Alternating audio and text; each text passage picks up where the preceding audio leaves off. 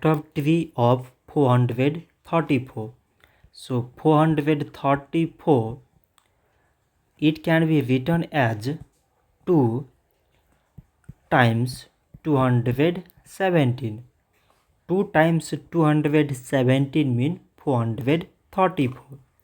217, it can be written as 7 times 31. 7 times 31 mean 217.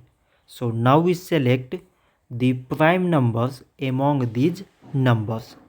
So prime numbers here is 2, 7 and 31.